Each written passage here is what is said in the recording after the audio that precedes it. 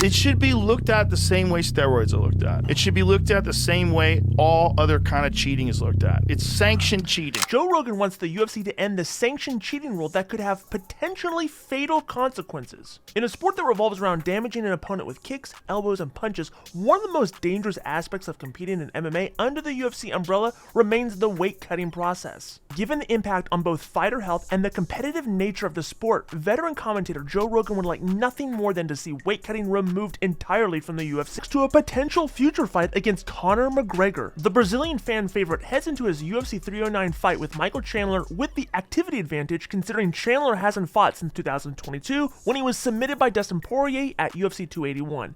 Commenting on Iron Chandler's decision to wait for a potential fight against McGregor, Oliveira claimed he couldn't have waited that long without fighting. Dubronk said, quote, "I'm not going to speak for him. I'm going to speak for myself. I don't like to stay too long. If I stay still for too long without fighting, I feel like I don't have a fight team. I like to fight. I talk a lot, even to my students in the beginning when I fought in Jiu-Jitsu championships. It helped me a lot because I was on a fighting team. I feel like it's not good for me if I don't fight for a long time." Current lightweight champion Islam Makhachev is out until the first quarter of next year, and with the win over Chandler at UFC 309, Oliveira could set up for a super fight against McGregor while he waits for the champion to return, and it's a matchup UFC fans have been calling for. Sean O'Malley has been mocked by Henry Cejudo for landing what he believes was a fluke win in his crowning moment.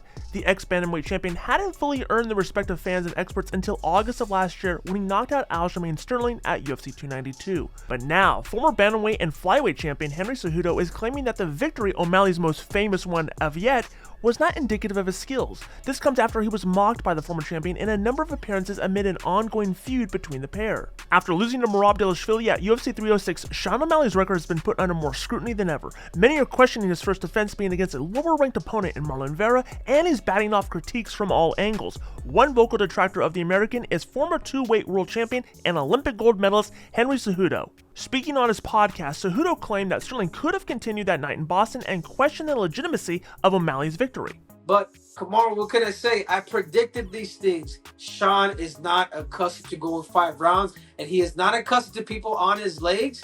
And I just felt like I still go back and say, hey, that fight with Aljamain Sterling, that was a fluke too.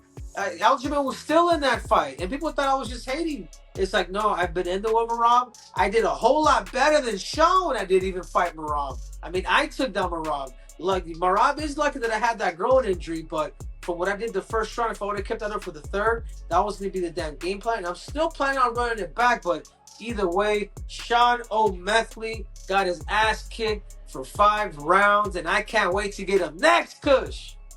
First and foremost, at the end of the day, it is what it is. We knew that there was a possibility that something like this could happen. And yes, Merab went out there and he delivered on it.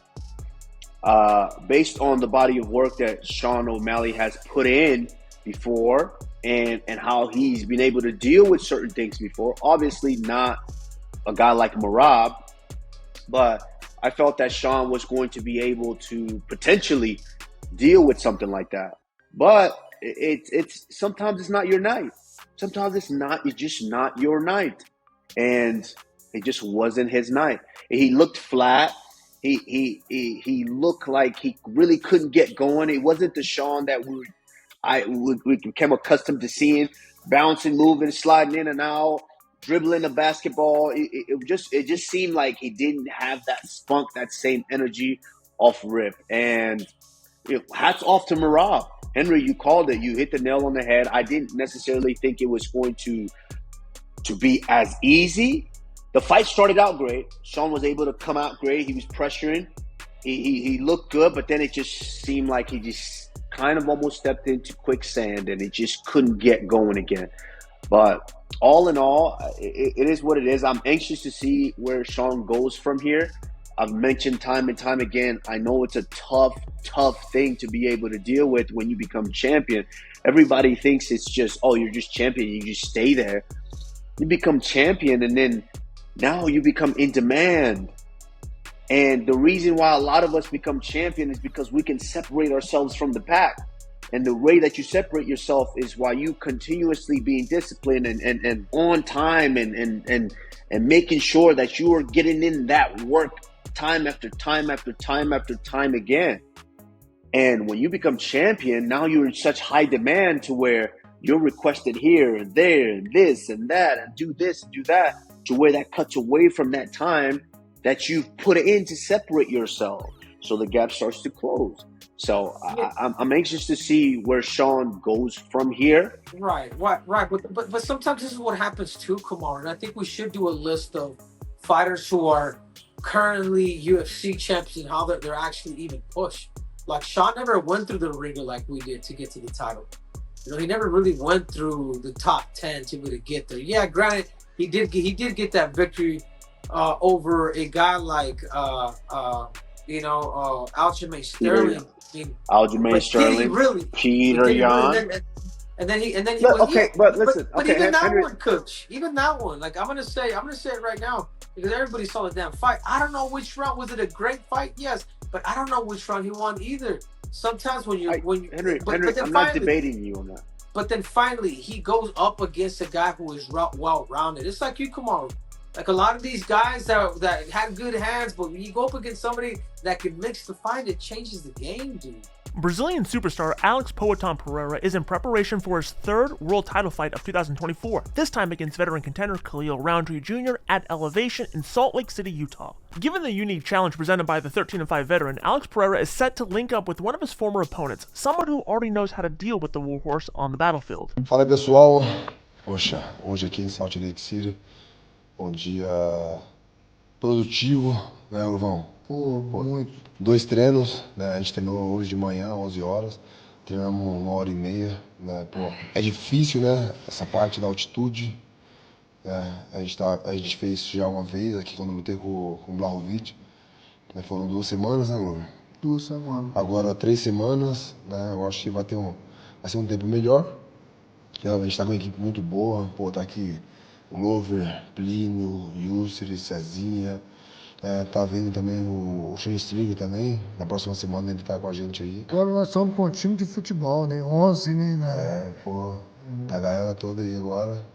Muito feliz, animado, né? Com toda essa preparação, né? E pra mim tá sendo muito, muito bom fazer isso, né? Vim 3 semanas antes. UFC interim heavyweight champion Tom Aspinall has been booked as the backup fighter to both Jon Jones and Stipe Miocic in preparation for their fight at Madison Square Garden in November. But Daniel Cormier says there is no way on God's green earth that either Jon Jones or Stipe Miocic will fight Tom Aspinall if the other person is injured. And Daniel, I've never been in that spot, but my understanding, please correct me if I'm wrong, teach me something here. My understanding, when you have a backup fighter like Tom, that means both guys, Stipe and Jon, have agreed. Nope, don't go crazy here. I mean, see, I love when you know what's crazy? You're a very, very smart man. You wear these glasses and you look even smarter than you truly are. But I love when you're gullible. I love when you are gullible. I love when you go back to the 8-year-old Chael Sonnen from Westland, Oregon that still believes in Santa Claus and gets up at 6 o'clock in the morning, runs down to that tree in your mansion and goes, Mom and Dad, can I get my gifts? You're gullible. No, it does not mean that. Really? What it means is now we have another opportunity for disappointment. See, that's the difference. What? That's the difference between that's the difference between growing up in a mansion and growing up in the ghetto. In the ghetto, you learn to expect disappointment. You learn to be let down. That is just the way it is. So guess what, Chael? Now you have an opportunity to be let down. So step into my shoes once. If one of those dudes get hurt, neither one of them is fighting Tom Aspinall. Really? You're out of your mind. No way. Really? No way. When Jon Jones got hurt the first time, Sergey Pavlovich Yes. was the backup fighter. Who fought? Well, I understand that. But If somebody gets hurt, get ready for Tom Aspinall versus Cyril Gane. Really? Mark my words. There you go. Wow. Okay. And, I appreciate that. I do appreciate that. I will just tell you, historically speaking, I don't remember there ever being an issue. Like, it's the one thing in our sport that has never prompted negotiation. It is whenever there's that backup fighter. And to take the example you gave of November of last year, MSG, same. It was supposed to be John versus Stipe. We did have a backup fighter in Sergi. John gets hurt.